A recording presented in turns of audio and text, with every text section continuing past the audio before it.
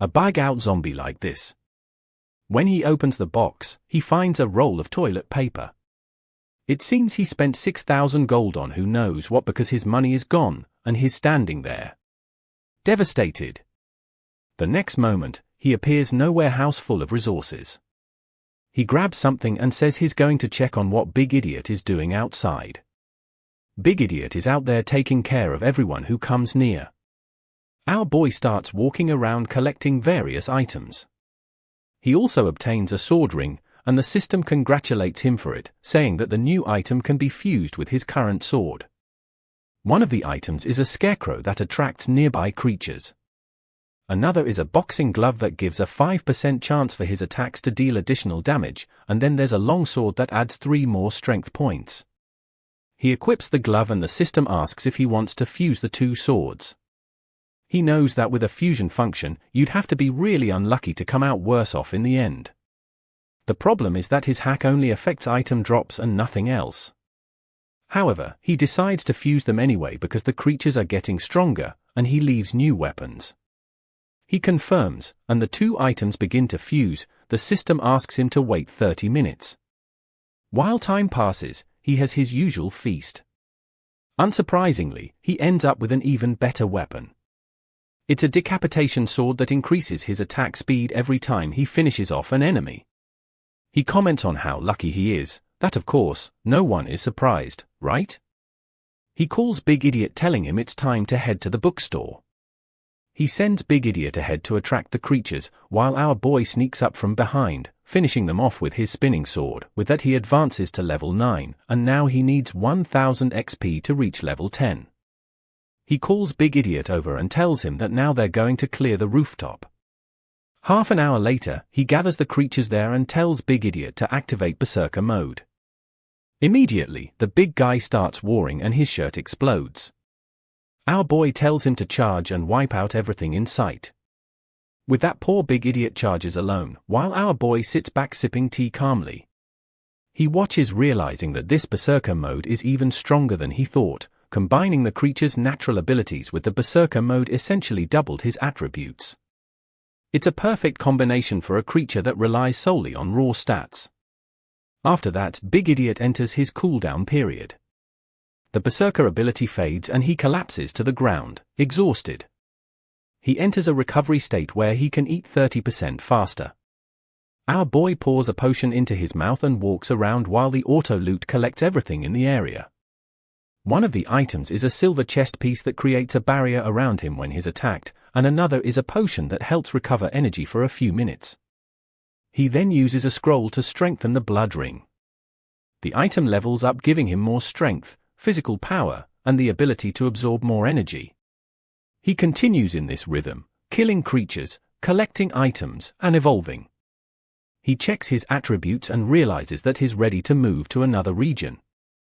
He approaches a door, opens it, and sees a completely destroyed room. He knew something like this could only be the work of Boss. He has no idea what the monster is because in his previous life and already been killed. However, as he turns to the side, he comes face to face with the city shopping mall. He opens the door and the system congratulates him, awarding him 10 prestige points. He's informed that he can't stay there for more than 30 minutes a day. With that, he receives a warm welcome from being the first person to enter and is told he'll get a 50% discount. He tells Big Idiot to keep an eye on things outside as usual while he takes a look around. The store welcomes him and he decides to browse the products. The store gives several warnings about not fighting in that place and he's lucky that Big Idiot is guarding the outside. He checks out the items, but the problem is that nothing there is good. He's collected way too much stuff and has over 100 of each item in stock. He decides to close the system since there's nothing useful for him. However, the store warns him that as he seems unsatisfied, the more expensive items will be shown. The system welcomes him as an honorable member of the city. A shop displays an honor crest, an order uniform, and a guardian's mark. He has 6,000 gold and decides to take advantage of the 50% discount for being the first person. The best option is the uniform, so he buys it on the spot. Since he's basically out of money, he tells the system that he's done. The The uniform has an illusion ability that hides all his other equipment as well as self-cleaning, temperature regulation, and other bodily functions. Additionally, anyone who attacks the wearer will have 10% of their attributes reduced for 5 minutes. Lastly, the uniform allows him to create reasonable missions that others can complete, except for him, of course. He inquits everything, dequits the uniform, and activates the illusion. The armor is now hidden under the uniform. The system then tells him to leave because he's been there for more than 30 minutes. Our boy grabs Big Idiot and leaves the room. Once outside, he tells Big Idiot to accept the mission of destroying everyone. Obviously, the system tells him that the mission doesn't make sense. He then tells Big Idiot to kill the legendary rank boss, but the system denies the mission as well. He turns and asks if it's possible to kill a boss of the bookstore. The mission is passed, and he accepts it immediately. It seems that Big Idiot is considered a player, so our boy can exploit this mission function. Meanwhile, in another part of the city, a couple is hiding in a room. The girl asks if they won't be found there, and the guy says no. However, right next to them, a red eye is watching them. The poor girl screams. The guy hugs her, telling her not to make any more noise. But man, there's a scary red demon, and I think they're done for. The guy gets licked in the face as he hugs her.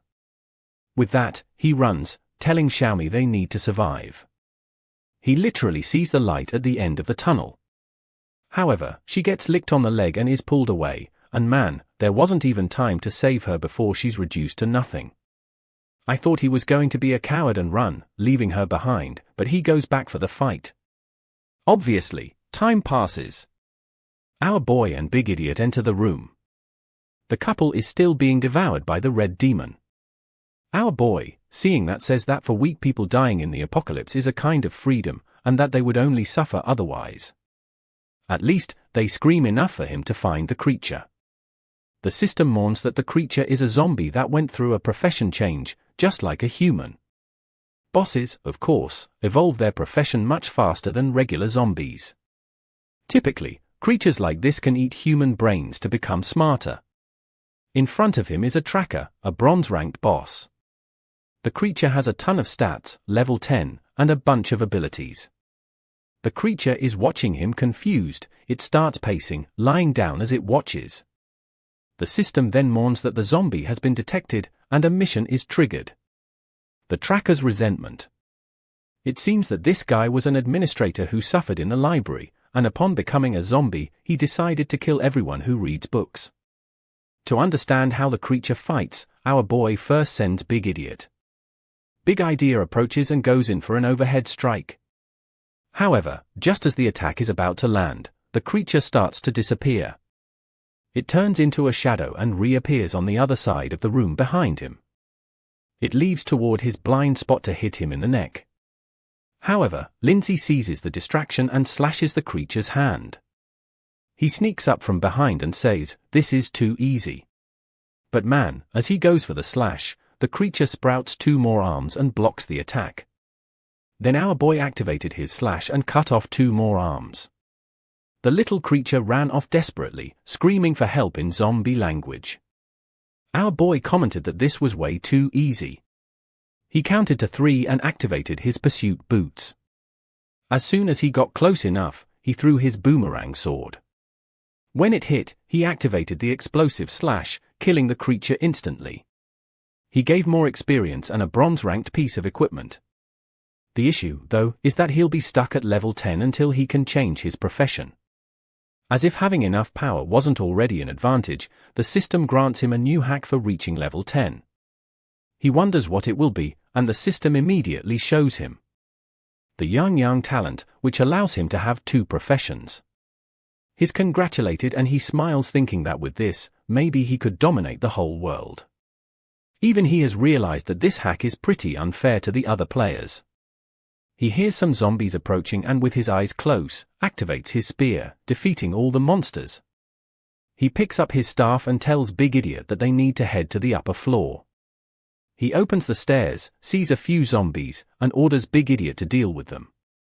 The profession he wants, Shadow Phantom, boosts his strength and agility, so having another profession that enhances his physical and mental stats would be ideal. The problem is that he knows the Dragon City doesn't have any of the so-called super professions. He checks the items he received in Han's big idiot, a green hammer. Then he opens the silver staff and receives a pair of war pants. They introduce negative effects by 20% and he equips them immediately. He tells his zombie to collect the bodies of the creatures killed by his spear, as he has other things to take care of. He realizes that since the beginner period hasn't ended yet, the profession change isn't available, so he decides his time to check in with the people in the auditorium. Outside, a bunch of zombies are gathered at the door. It seems the artist ran out of meds and started changing the hair color of the guys, probably Go Dawn. Our boy asks if they can invade the museum. Go Dawn responds that if our boy goes with the 200 members that's not impossible. It's all excited knowing that if this plan works, no one will want to compete with him for the position.